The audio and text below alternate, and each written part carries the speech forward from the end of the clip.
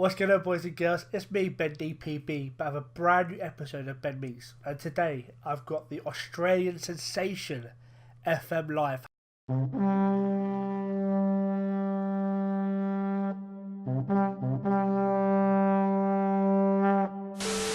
Will you be the new champion? The Gladiators. Hello and welcome back to my FM Live. How are you, my friend? Are you alright? I'm good. I don't know about sensation though. No? What's I've that got to called? be easy on there. I don't know. Just the Australian, I suppose. The Aussie? Is that a bit better for you? The Aussie, yeah, that'll do. So what we're going to do, mate, I've got a couple of icebreaker questions for you, if that's alright. Sure, no worries. Fire ahead. So the first one's my favourite one, because I'm a large guy, but if you had to pick a last meal, what would your last meal be? Last meal, I'm a bit of a fan of Italian food, so I'd have to go the spag bowl or spaghetti bolognese. A good old-fashioned spag bowl. We love a spag bowl over in England. Do you get a lot of it over there in Australia?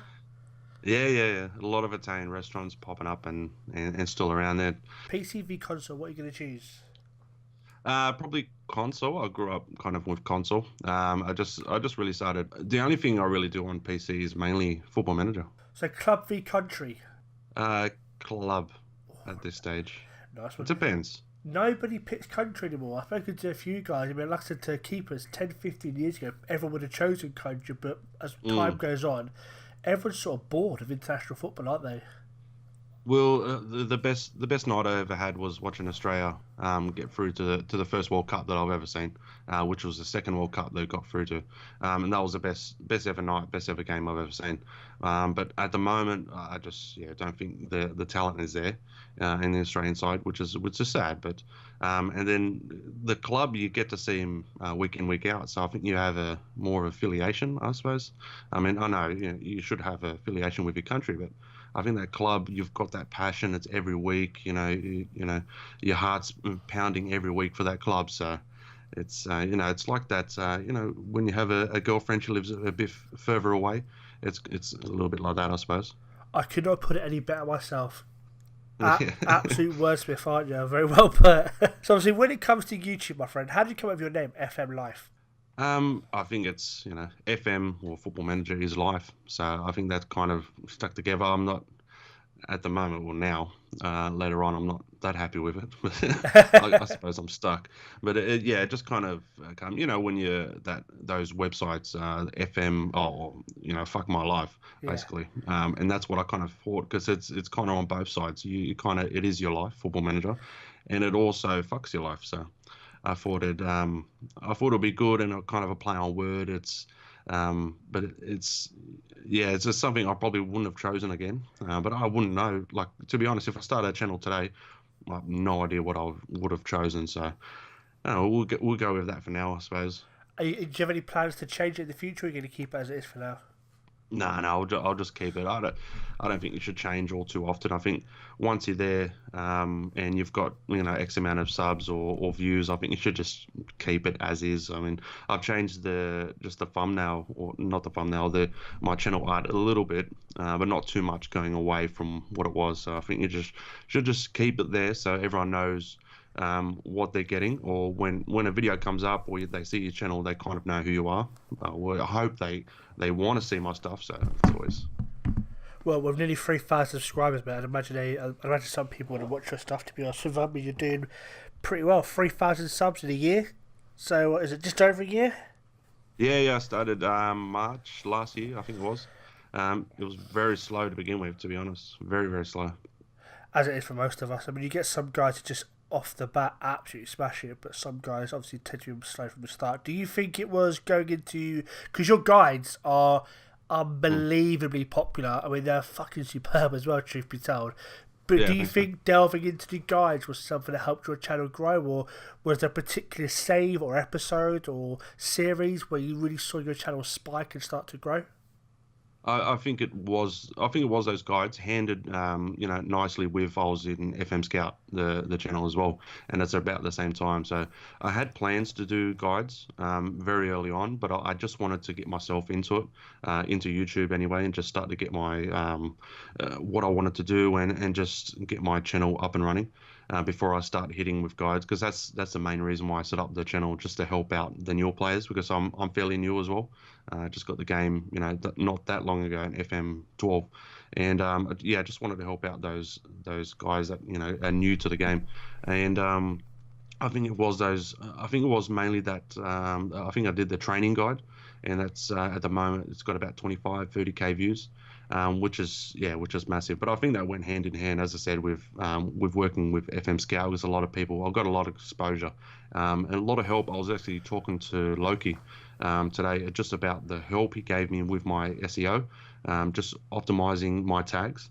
And I think it made a massive difference. And there's a photo I've sent to him with my tags for one of my videos with someone else's tags, and they actually had more views or more subscribers than me at the time than I did. And my tags are getting searched by people. And if you have a look, or I don't know if you have a look now, but on my side, if I have a look on Google or just on YouTube, if I search Football Manager 2017 tips, I've got pretty much every video there that'll come up is mine. So I think that's probably helped me. Bloody hell, that's not too bad, is it? Yes, not a bad run. But yeah, I did it today, but I don't know if my search engine is in it. I'm pretty sure it is made for me and made for me in Australia. So that's why it probably comes up. But I think I asked Dave as a party to do it, and he said, yeah, it's all your videos. I mean, your guys, like, they're very in depth. They're very good. Where does the ideas come from? Is it talking to other YouTubers? Do they tell you parts of the game they're struggling with, or is it just things that you want to get out to every giant block to try and help them improve? And also, how much work goes into creating these things? Because obviously, creating a normal video can take half an hour to record, etc. But I'd imagine doing the actual guide takes a hell of a lot of work than sitting down for half an hour, does it not? The guides, it takes a lot of research, because I made a conscious decision that I wanted to make it right, and I wanted to be 100% in what I knew. So I had to do research on multiple websites, multiple YouTube channels. I didn't really talk to many people on what was popular. I kind of got an idea on what I wanted to see when I first started playing the game, and what I was having trouble with, previous years. So that's the kind of videos that I did. But it takes a long time just to research and just to make sure I've got everything in that video, because it's hard, because you've got a 15-minute kind of video there where you have to get a lot of information in, and it's very hard. I think it would have been easier, and I do forget a lot, and a lot of my videos, I haven't watched them back for a while, but a lot of my videos that I've done before, the tips videos, I know I've forgotten something. Even in editing the video, I went, oh geez, I forgot that. So so it's something that I'll probably have to go back, maybe FM18, and go back and rehash some of the ideas or some of the things. And now that I know a lot more now than I did, at the start of FM17. So yeah, just the main time recording, probably just thinking about, because I don't write it down, all the ideas, so it's just off the top of my head, but I've just got to remember everything, and it takes me probably about 50 minutes to get a 15-minute video, and just record it. But there's a lot of pauses, a whole heap of pauses, and I tend to stuff up my words a fair bit, and I'm cutting that out a fair bit. I know how you feel. Yeah, we went through that in the intro. You're all right, fucking hell. We're going to edit that bit out, fucking hell. Secrets, No, leave it in. Secrets No, of the yeah, trade and all that. So what made you get into YouTube? I don't know really. It was a New Year's resolution, and I just thought, yeah, just have a crack. I watched YouTubers before, and I just thought this, seems easy. It's not. It's a little bit harder, but yeah, I just thought I'd have a crack. I just said to the missus on New Year's Eve, I said, look, I watch a lot of YouTube and watch a lot of Football Manager YouTube, and I just thought, I want to get involved. I don't have anyone really mates-wise or in Australia that play Football Manager. and I suppose sharing their experience as well as sharing the knowledge is always good as well. And it's just felt part of a community that plays a game where before, for a couple of years I didn't, and maybe it's prolonged my Football Manager experience is because now I'm part of a community. So that's probably what I was going for. Is there many content creators for Football Manager on YouTube? I know there's a couple. There's not a massive amount. But the ones that are out there, do you guys talk to each other or not, like sort of brothers in arms situation? Or is it just fairly low key with the amount of content creators out there? There is Chris. I'm pretty sure it's Chris. Is a smaller channel, I think 50 subs. I've talked to him a couple of times, and he lives actually pretty close by. The other one is Lachlan. I think he's down in Adelaide. What's his name? Woody Manager. And the big one, Footy Manager TV. So he's the first one that I reached out to when I decided to start the channel, and just asked Footy Manager TV. I just said, look, what do you think? What do I need? How do I get started? And he pointed me in the right direction, to be honest. He told me, what kind of microphones, what editing software, get on Twitter. I wasn't on Twitter before. I didn't know anything about it. So he pointed me in the right directions, and, he had 100K subs. It's, pretty decent just to help out a guy that's not even started a channel. So yeah, always props to him, but there's not too many, to be honest. So there's, what's that, four guys in an of. I think there's another guy. I think he's about 20 subs. So I'm keeping my eye out. I want to prop these guys up.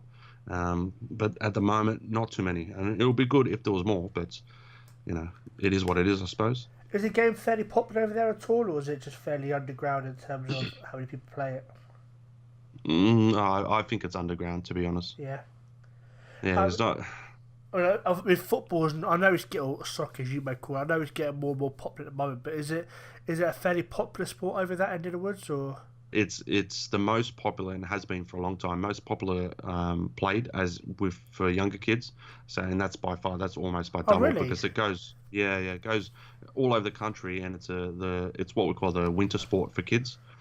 So we played in the winter, and that's played alongside the rugby league, which is popular only in New South Wales and a bit of Queensland. That's the States, by the way. You probably don't know. and then we've got AFL, which is played down south of Australia, which I hate. But anyway, but that's also called footy or football, down there. And then we've normally, where I live in Sydney, we've got rugby league, which is called football. So it's kind of hard. There's a lot of sports there that's kind of going for that ratings or for that attention. But yeah, it's getting a lot more popular. I know you spoke on Talking Balls, the FM Scout show, about how you got into playing FM, because you got into it very late, didn't you? FM 11 or 12, I think it was, you said before. 12 it was, yeah. FM 12, I mean, obviously, it's very late to get into the game. How did you pick up Football Manager and try to play the game? Was it difficult as a newbie to get into? Because a lot of us guys have grown up playing it, so we've learned the new features bit by bit. But I've always thought for a newcomer to pick up their game must be fucking horrifying, to see all this shit you've got to try and learn.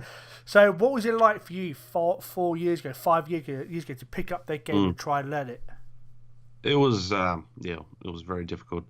I think I said there's a scout channel, I almost threw it in the bin, because I opened it up, loaded it up, whatever, and then I just looked at everything, the tactics, the scouting, everything, and just thought, this is too much. It was just too much stuff going on. So I was, very close to throwing it in the bin and just, leaving it. But that's when I looked at YouTube and looked at blogs and fan sites and stuff like that, and they kind of helped out with the little things, and you slowly kind of pick up stuff, which is good. But it's always good if you're looking away from the game, because you want.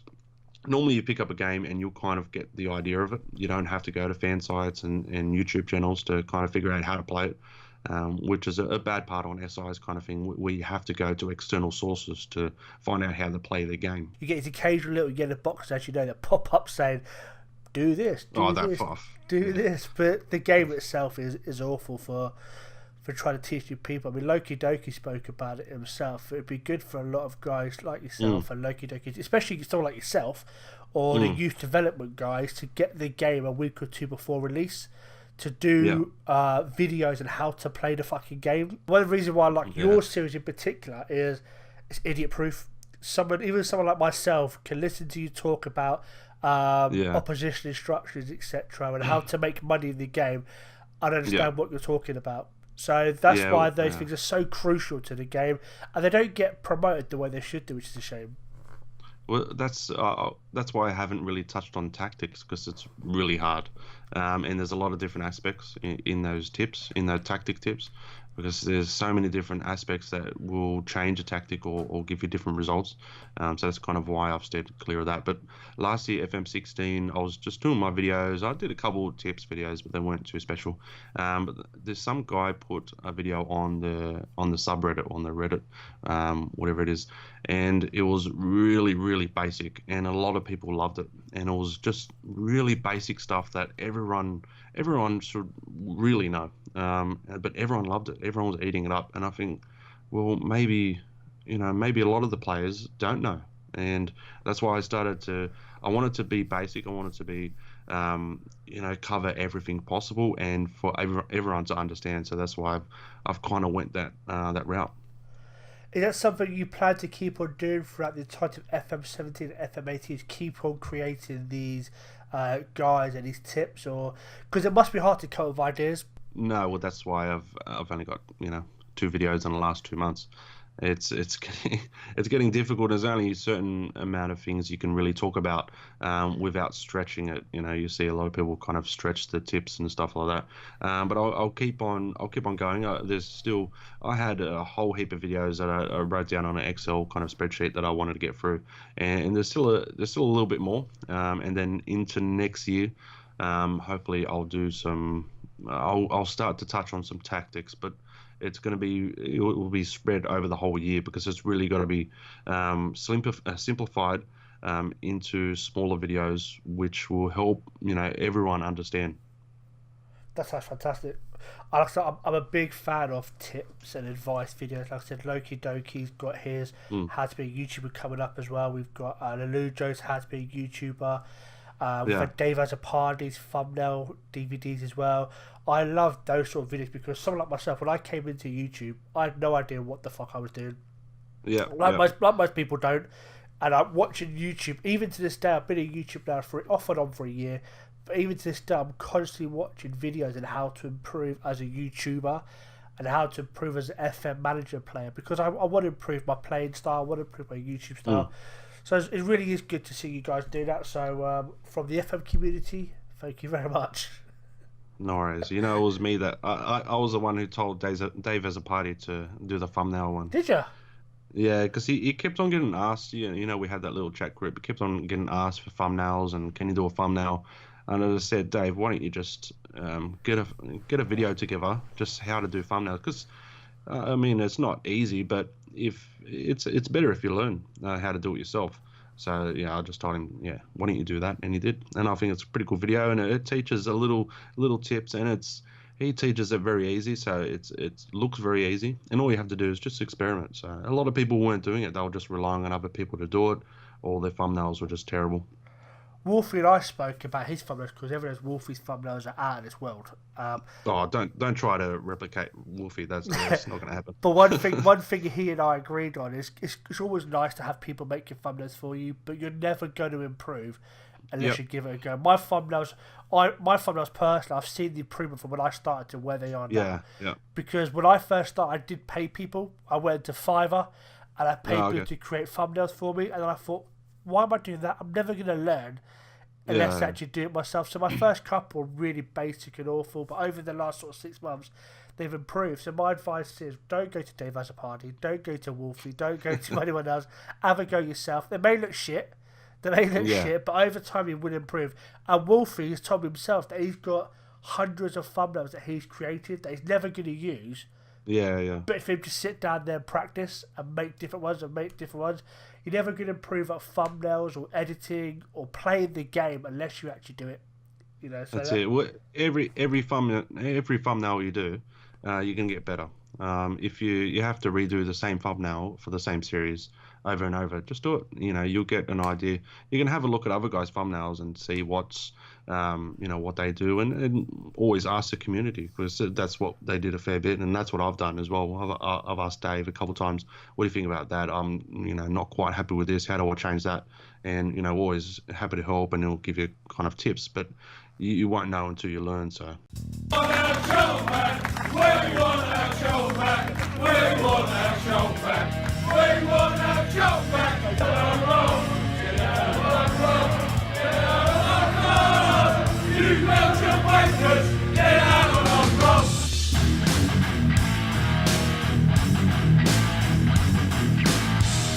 Hello and welcome to my FM Live. I mean, in regards to YouTube, who do you currently watch? I know I spoke about it other interviews, and we've all agreed that when you're creating YouTube videos, you don't get much time to watch it, and because the time we do spend recording, editing, sometimes you don't want to watch FM YouTube anymore. Yeah. So I'm sick of Football Manager. It's true. So as Boone said, you've got to learn when you play the game. When you record it, you've got to learn to accept that you're going to play the game less and probably hate the game more. Do you know what I mean? So, but is there anybody that you watch, whether religiously or in and out, apart from myself, of course?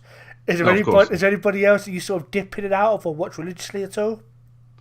For Football Manager wise, probably Boot FM. I've watched every one of his episode.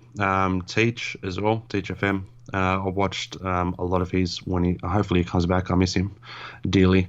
Curdy he's as not well. Dead, you know he's not dead. Well, I miss him dearly. Out.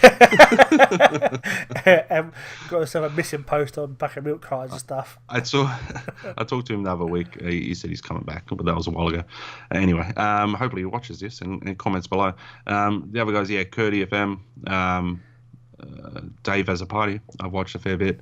And then you try to get some ideas from some of the bigger ones, like Lelujo, One True Nerd as well. I've watched it a fair bit this year. And Loki, Benji, of course. And you watch all those guys, kind of get an idea on what you're doing. But that's kind of I'm going away from a different style to them. So I'm going to have to probably watch other people. But it's always good to see what they're doing and what they're doing right.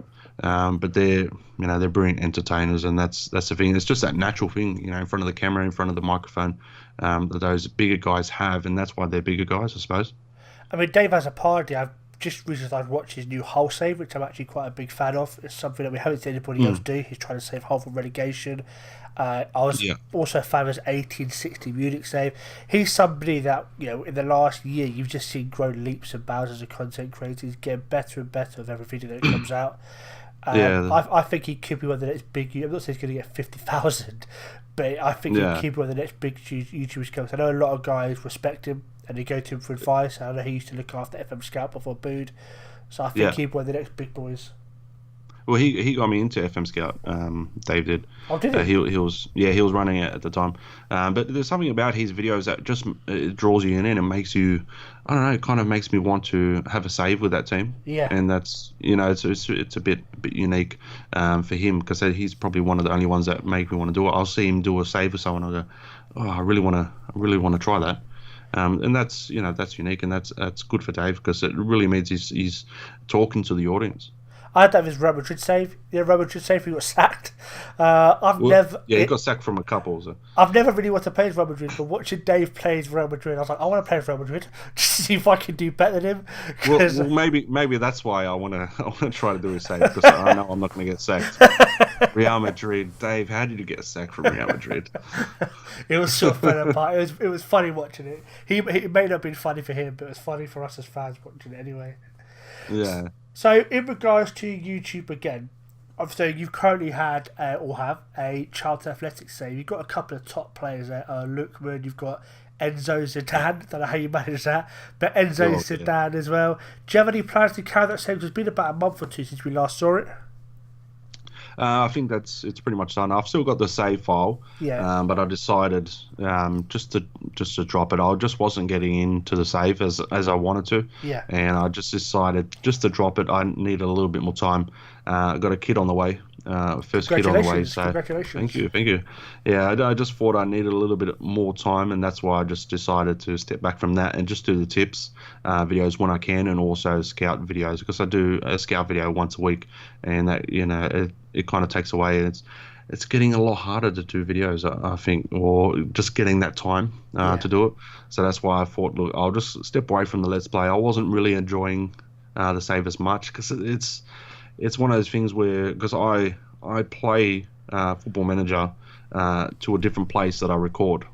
So I'm recording now this in a spare room, and then the missus is asleep, and then I'll play out in the lounge room, with her. I'll watch a bit of TV. So then when I get to a point where I've said, all right, I'm going to show you this game, I have to stop playing. And if it's not time for me to come into the spare room and record, then you can't record. You have to play a different save or stop playing, and it's just really annoying. I feel for you, my man. I feel for you. I mean, I've said before that there's nothing worse than watching someone do a save that you can tell they're not enjoying. Yeah. I've seen that. I've had that in my saves where I've played saves. I've watched back old episodes, and my TNS save, which actually was really popular, but I could tell listening to and watching it, I can tell that I'm not enjoying the game at all. Yeah, I kind of got that when editing back the last probably 2 episodes of the Charlton series. I kind of got that for myself, and I just thought, just not enjoying it. And it's big gaps between when I'm recording, because there was one episode a week, I think, and there was big gaps when I was recording and playing, and if you don't play for a couple of days, you lose it all. You don't know what tactic. Why is this guy doing that? And why did I change that? What an idiot! And it's just stuff like that. Or and then all of a sudden a bid comes in, or you've accepted a bid for one of your key players. I was, why the hell did I do that? A lot of times I've had a couple of drinks when I'm playing, so probably explains a little bit. I can really tell when I'm not enjoying the save either, because I'll look back at videos like footage and I can see that I'm on my mobile phone, like checking the text. And if I'm enjoying it, I'm so engrossed and waiting for the screen to load that I'm like just staring at the screen waiting. So like on my TNS save, there was so much video of me just sitting there looking at my phone, texting, or I'm watching a YouTube video, and it's just like, you're clearly not enjoying the same because you're not fucking paying attention to the game. You're more interested in watching Loki Doki do his journeyman save than you're actually playing the game itself. So that's always a pretty clear indication you're not enjoying it. You got to enjoy it. Well, that's this year for FM17. I haven't got into a single save yet. I haven't even been past a year. No, I've been 2 years into a save this year, and that's it. So I've found it hard to get into a longer save, and that's me in general, to be honest. I was going to say, how do you play the game? Are you a 1-2 season man, or you get some guys that play for 30, 40 years? How do you play the game generally? It's normally 2-3 seasons. I normally get the shits with it. I'll get to, like, I love the preseason. The first when you load it up, you start to build the club. I love that bit, and then you get to the season, and that's always good. And then the second season, preseason, it's always a killer. I don't know. I find it hard to get through that, because that takes forever. You got from like May to August, where you've got no games. You press it continue. You're looking at I don't know what you're looking at, scouting screen or whatever, and it just takes forever for just nothing. Which I should probably just holiday, to be honest. That first season, you're looking at new staff and you're looking at friggin' new scouts, you're scouting players. But you're right, by the time the end of the season finished, you're thinking, right, I've got 4 months now of just sitting there, picking my nose and scratching my ass, waiting for the pre-season to finish. I mean, do you play your pre-season, or do you get your assistant manager to manage them for you? No, I always play it. I never do, because they're pointless games. I already know if a tactic's going to work, but because they're pointless games, I don't play pre-season, which obviously makes it feel longer, because I'm just sitting there literally waiting for the game to load. But you're right, I should probably holiday and just have it come back if I get a transfer bid. Well, that's the other thing. There's a couple of transfers normally going on, so if you get that done throughout the early preseason, you can probably holiday. But I play the preseason normally just to check out tactics and stuff like that. I suppose in the second, third season, you've already kind of got your tactic down pat, and you know what you're doing. You know your players, so you probably don't need to play it. But the first season, always play your friendlies. mean, do you have any advice for any upcoming or even experienced YouTubers in regards to what they should or what they shouldn't do or anything at all?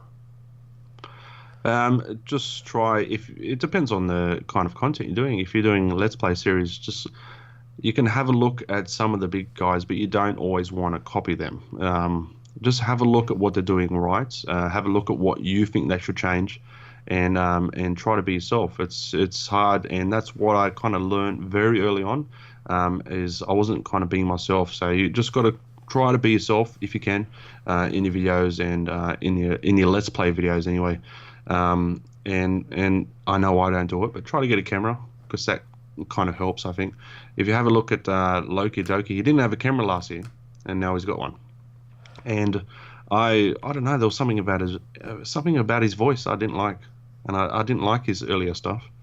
And then now I saw his head, and it just, I don't know, it's a funny head maybe. I'm sure he'd love to hear that. Yeah, he's got a funny head. I think I've said it to him before. Maybe that's why he wears he's the got a hat. funny Maybe head. that's why he wears the hat, because he's got a funny head. No, it was just it kind of his greeting at the start. What's he say?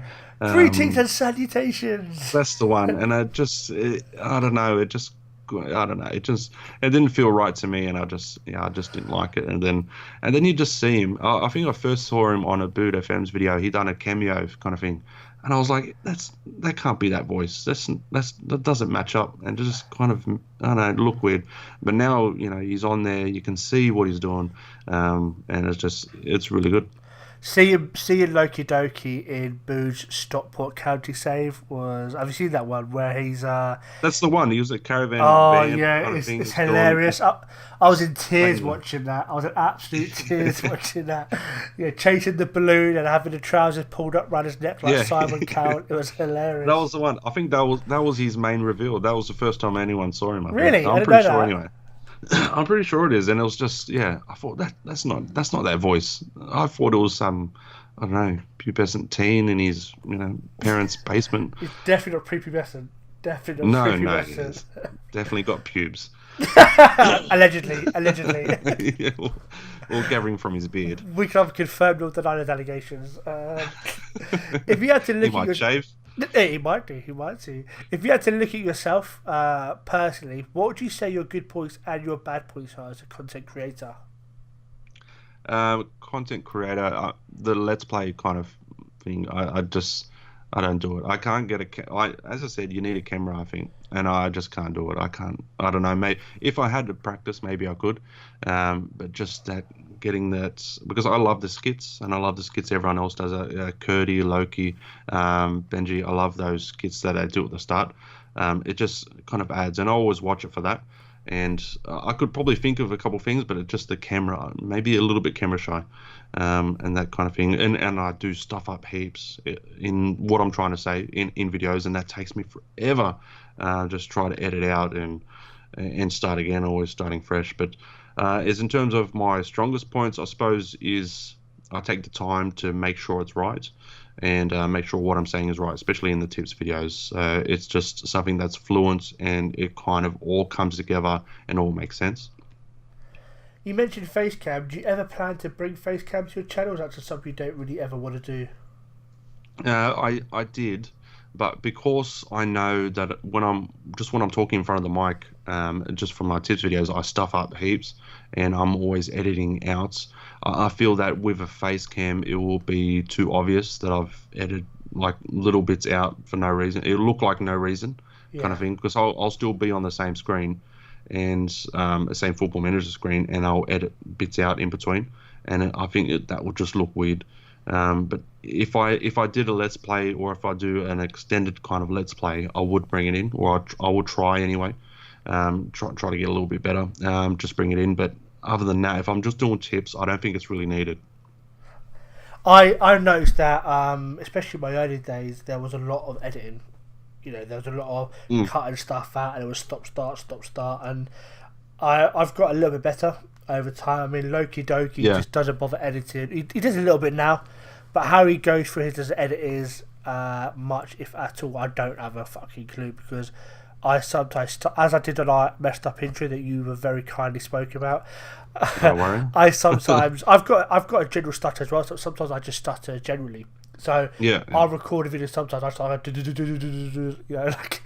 sound like an idiot. So sometimes I have to do a lot of editing because my stutter kicks into play. Especially when if I get a bit excited, it tends to really come in. If I'm playing a save and I'm really excited about what's going on, my stutter really kicks in badly and it sounds really fucking bad.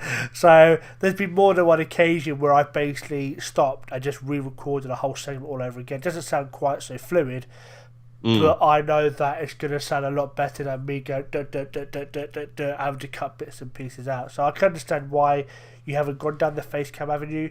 The only reason I did it was because my channel wasn't growing in any way, shape or form, and looking back now, it wasn't because of Facecam, but I was trying to find something to help my channel grow. And I looked at the big guys, bar work the space. I thought everybody else has got a Facecam. Maybe I've got to do Facecam, and you don't. You don't. You're proof alone that you don't. Just Mike plays is proof that you don't need to do that. Work the space is proof you don't need to do that. It's always nice to have, but it's not a necessity at all, is it? Yeah, it depends on what you're trying to do, I suppose. If you're trying to be, I suppose, humorous, and then a lot of your face can kind of portray that.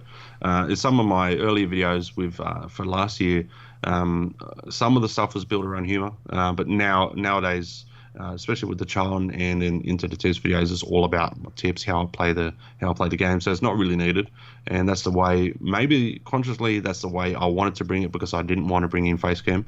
Because I knew, the problems that I had, but I think it's good to have if it's for a humor kind of value. If it's just for you to look at the screen, look at the lens for 20 minutes, I don't think it's really needed. Now I know you're a football fan, of course. I know you're also a Manchester United fan for your sins. Obviously, what's your views on your season this far? Is it a flop or is it a success because you got to the Europa League final? What's your views? I don't think it's gone as well as it should. I know we've got the League Cup we won, and we hopefully will win the Europa League, but I think it's been a little bit of a flop. I think we're looking for that top four, or we're looking to win it. To be honest, let's be honest. So I think it's been a little bit of a flop, but I do give Mourinho a little bit more time. I think another season in charge. Hopefully, he'll get a couple of more players that he wants, and get rid of a couple of players he doesn't want, and get the tactic how he kind of wants it. Because there was a couple different variations of tactics and a couple of different variations of players he was playing. So it looked like he really didn't know how he wanted to play. So hopefully he gets it right next year. Do you think there's many players that need to be brought in and sold as a complete squad overhaul? Get rid of your Fellaini's, your Youngs, maybe your Martial, your Lingards, or are you quite happy with the squad? Then you just need one or two additions. Oh, you got to keep Fellaini, the world's best player. No, it depends. If he wants to play Fellaini, if he sees where he can fit him into his tactic, then whatever he wants. He seems to like Fellaini. I'm happy to go with. He does. I don't know why, but I've never been a big fan of Fellaini myself. But I'm a Luton Town fan, so what do I know? But he seems to like Fellaini. Whenever you guys are struggling, bring Fellaini on, stick him up front, pump some balls into the box for him. But he seems to really like Fellaini. Yeah, it was frustrating. The last couple managers we've had likes Fellaini. I don't know why. I don't know what they're seeing him. It's just his first touch is terrible. He can't pass the ball. He can't shoot. But anyway, but if he sees a spot for him, then keep him. But yeah, I think a couple of players they need to get rid of the Fellaini, and as I said, Young. That's just taking up wage, I think. And then a couple of players that come in. We do need a striker. I think, and I do see Rashford as a winger, as an inside forward, as long as Martial.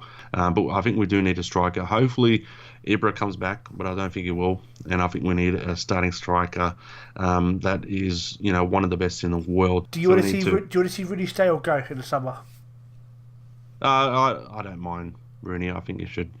I don't know if once again it depends. If Mourinho doesn't want to play him, he doesn't want to play him, and don't waste. What is he on? 250, 300 thousand pounds at least. Yeah, just if that's the case, then just get rid of him.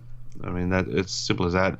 He's not really playing too much, and when he comes on, he's not doing too much. His touch has let him down. His passing is terrible, and he hasn't been scoring goals, or not as much as he used to. But he's not been getting that game time, I suppose. But I think if it's a matter of once again, it comes back to the coach. If he's not going to use him or use him how he should be used, or to use him to his strengths, I think just get rid of him. Being an Aussie, of course, you are a fan of the A-League, which is quite an unusual league, shall we say, in the way that it's set up.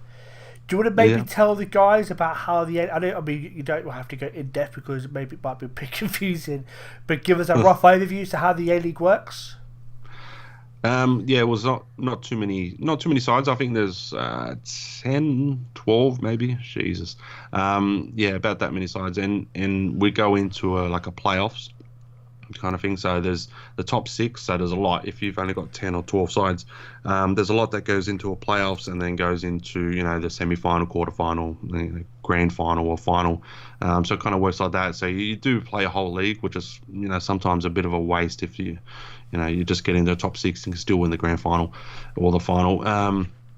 It just goes into a final series, and that's pretty much it. We've got like an FA kind of cup, with some smaller teams that are not vying for the A-League kind of competition, that get to play some of the bigger sides, which is good. But the thing with A-League, there's only the one league. There's no relegation. So if you finish last, doesn't matter. You're still in the league. So I don't think we have that kind of money yet, that we can kind of draw upon to bring in more teams, or a lot more teams. And it was a kind of problem in the past with Australian football, or soccer as it was before, is it was mainly held, or a lot of the clubs were held, and it's like in the UK, they're little groups, so they're groups from a certain club or whatever that join together and they make a club. In Australia, it was mainly ethnic groups, and it was mainly the South Europeans, so the Italians, the Greeks, the Serbians, the Croatians, and Maltese as well, like me. They all kind of got together and they had their own clubs, and that's what the whole league was. There was a lot of infighting, and it was hard kind of to make the side as an Australian or Australian-looking Anglo kind of English guy. It was hard to kind of make those sides and get known in those sides. So I think a lot of those clubs still exist at the moment. So I don't think we're ready to have a relegation system at the moment. And you probably this is supposed to be a short answer, yeah? No, not at all, mate. I'm not going to lie to you. I'm fascinated hearing about the Eastern Europeans, the Maltese, the Italians. I'm not going to. I'm fascinated, mate. So please carry on. No, well, that's the way the league was set up. It was after there was no real professional league. I think it started in the 70s. And it came along with all those ethnic groups. They kind of had their club. They had their little club, and then they started leagues, and that all went around Australia. So there was a couple of Italian teams, a couple of Greek sides. There was a Serbian, a Croatian, I think. There was a Maltese, which is the one that I went for because my dad went for him. It was really segregated like that. Growing up, where I lived, there was kind of mixed kind of races, and I tried out for a couple of sides. It was the feeling like you'll never make it if you're not of that race, or if you're not from that background, which is disappointing. But that's how it was.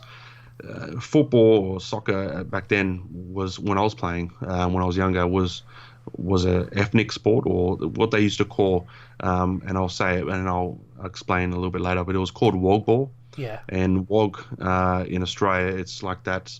The Southern Europe, which came about, just after World War II, the Maltese, the Italians, they were called wogs, and that's what it was called wog ball. And the Anglo Australians or the English, they didn't want to play it. They want to play rugby league. They want to play AFL. So it's kind of a separated sport, and it was like you didn't want to admit that you played football or soccer. You wanted to say you played rugby league because it was seen as that manly sport, which is just disappointing. There was an interview with a guy who played for Australia. His name's Robbie Slater. I don't know if you know him. He played. Played I for think he won the Middlesbrough, title. did he play Middlesbrough, Robbie Slater? I don't know if he played for Middlesbrough, but he won the title with Blackburn. Yeah. So this was going a while back. Yeah, he played in England for a fair bit. He got a fair few caps for Australia, and he was talking about the same kind of thing. He grew up in the same area as me, and he was saying, he didn't kind of want to admit to your mates that you play soccer. It was, that was seen as the, pussy kind of sport. It's a bit strange, or the gay kind of sport, which is weird, because if you look at rugby league and it's just guys falling over each other. Having a bit of a cuddle while they're down there. Yeah, and a bit of a feel. I mean, you guys had a bit of a. I don't know, you might find it a bit unfair, but you had a bit of a golden age, didn't you, of playing sort of the late 90s, Viduka, Kuhl, Cahill, Sforza, and many others. Do you ever think you guys can get to that stage where you've got those sort of skills and the quality of players that came through there? Because that was a bit of a compared, like England had with Lampard and Gerrard and Ferdinand and Terry. You guys had that with those guys. Was that a bit of a golden era for you guys, or was that something you look back on and think you didn't make a bigger deal about it as you could have done? Yeah, it was. That was the golden time, and that was the first kind of time we made the World Cup, when we had those players in the side. So it was a golden time. A lot of players were playing in the Premier League, and that's kind of the pinnacle for even the players playing here. So I think we just need to build up the league a little bit more, get a little bit more emphasis on the youth kind of setups here. We're looking at the moment for key players that are overseas, in the Australian leagues and stuff like that. So it's hard in the root football in Australia to kind of grow up and then get into the A-League. It's really hard. You just always want to go overseas. But if we'll get to that stage again, we probably will. At one stage, we'll have a fair few players playing overseas, which we still do. We still have a lot of players, but they're not in the top kind of sides, and they're not seen as a top players. For Australia, rather than just in the English Premier League. Was you had Cahill is brilliant. You had Kuhl, had Viduka, Sforza, and Bosnich as well. Brilliant players played overseas, and when they come back to Australia, the problem was before when they were playing for Australia, we used to qualify to the World Cup through the Oceania. So we used to play like Samoa, Papua New Guinea. We used to play these little kind of islands, and the players from England never used to come. And nowadays they're coming back because we've qualified through the Asian group, which is a lot harder. You play Japan, South Korea, China, teams like that, Iran, Iraq. They're a lot harder nations. So, and it's a lot closer to Europe. So the players that play in Europe are coming to play for the Asian qualifying, or the World Cup qualifiers, which is good because the players are playing together, more frequently. Nice, very very interesting. Very interesting. Good to hear that. I mean, you're also a Western Sydney Wanderers fan, aren't you? You got that right, yes. No, I know you guys have had a bit of a hit and miss season again, much like Manchester United. What do you think's happened? You've had quite a few draws, if memory serves me correct. So why do you think that was? I don't know. I think we've got a good coach. The side wasn't as good as it has been in the previous years, and the main problem with the side, we lost. We had a back four. We lost the best, the three best players in the back four. We lost them from last year, and we didn't really replace them with quality, or some of them we didn't replace at all. And it just kind of really shown that we weren't good at the back, and then we lost a couple of players up front as well. And yeah, it's hard in the A-League because you continually have to change the squads. You have to each year you could have a brand new squad basically. So it's really hard to kind of get the balance right, and for the managers that manage, it's really hard to get teams to kind of flow, and each year when you're changing the whole squad, it's really hard. I mean, you guys have also got a team over there called Melbourne City, which is owned by the guys who run Man City. Boo! They famously had David Villa over there, playing over there. It was David Villa, wasn't it, playing for Melbourne City? No. Who was it? I thought before he went to New York City. Oh, he might have. I think he played for 1 or 2 games and said, "Nah."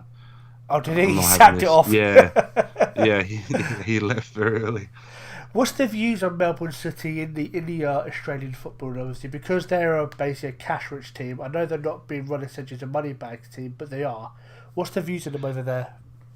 I don't know if it's if it's spread, but yeah, I don't like it. I mean, they want to grow the side. At the moment, they've got Cahill. Timmy Cahill is playing for Melbourne City, and what they've done, Melbourne City had Aaron Moy, and I don't know if you know Aaron Moy, but he's went over to play for Huddersfield. So actually, he got purchased by Manchester City. He was never going to play for Manchester City, and he got loaned out to Huddersfield. He's a good player. He's one of the best. He's not young, but he's one of the better players for Australia. Anyway, he got bought by Manchester City, got loaned over to Huddersfield, and the only reason why he's getting loaned over to Huddersfield is because Timmy Cahill came in. He's playing at the same position. What happens? Timmy Cahill is, he's fairly old. When he retires, he'll bugger off, and then Aaron Moy will come back. And there's been a couple deals like that where you can kind of sniff where they're trying to manipulate the rules of the A-League. I don't like it, to be honest. I'd wish my side had it. That'll be good. But yeah, I'm not a massive fan because there's rules in the A-League where you can kind of manipulate. But it's good for Australian football altogether. If we're getting good players playing, in Australia, I wish David Villa was stay, but he didn't stay. As I said, one game he buggered off. But it'll be good to draw some bigger players in, especially if you got that affiliate with Manchester City. It'll be good to draw some bigger players in. You've had a couple of big players in the past. You've had Robbie Fowler. You've had Emil Heskey. So bigger players. You've had a couple of bigger name players over there. Del Piero. Del Piero. Dwight classic example. I wouldn't brag about Dwight York, by the way, but Del Piero, absolute world class player. Yeah. Do you think he played a couple seasons? Do you think as time goes on, you're going to get more and more players going to, much like with the MLS? Do you think you're going to get more and more players come over for you guys? We will, but the money's not there for the MLS money and the Chinese money. It's there. So if they're in the twilight of their career, I think it's more attractive to go to America. It's a similar kind of place to live. It depends on, I suppose, where you live in America, but it's a similar kind of place. In Australia, it was more of a point of, you come to retire. It's a nice place to live. You've got the sun, you've got the surf or whatever. But yeah, it's just that money is just not there. I don't think the clubs can pay him as much as someone from China or the MLS, unfortunately. If only, eh? So, geez, the Chinese clubs, it's just ridiculous money. The players they've signed, obviously, we're hearing that allegedly that Diego Costa's also going to sign there in the summer transfer window for like £600,000 a week or something stupid like that. Do you know what I mean? Which is insane.